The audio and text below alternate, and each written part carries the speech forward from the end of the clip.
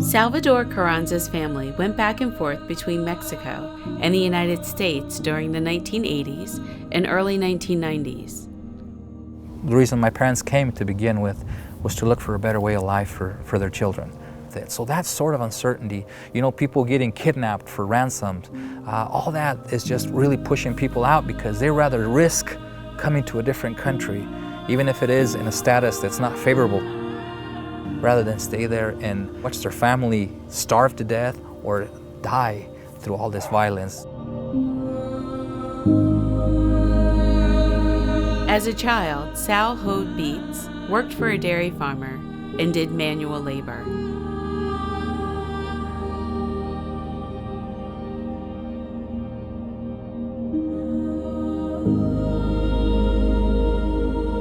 Because of our migration back and forth, I never really got rooted in one place or another. And so at one point in time, I used to think that was a curse. The reason I work with migrants now is because that's who I am. I'm an immigrant. I was not born in this country. But God, through His infinite mercy and good sense of humor, of course, has brought me to this point. Sal is the director of Hispanic Ministries for the Diocese of Boise, Idaho. He's the proud father of 3 boys. His wife Sandra, who is now a U.S. citizen, faced deportation years ago because she was undocumented. One of the biggest fears that we have in our community right now, especially of our brothers and sisters who are undocumented, because the majority of them have children who have been born in the United States, is the separation anxiety. But when it comes to our children, that's when we fall. Because that's our weak points, that's our weaknesses, our children, and to have to be separated from them, it's heartbreaking.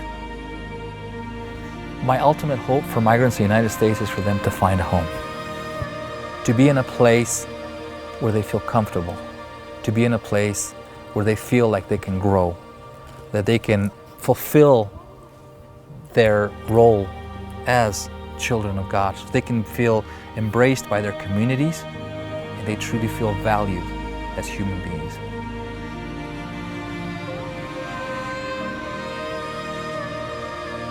We were all migrants once, just like Jesus was.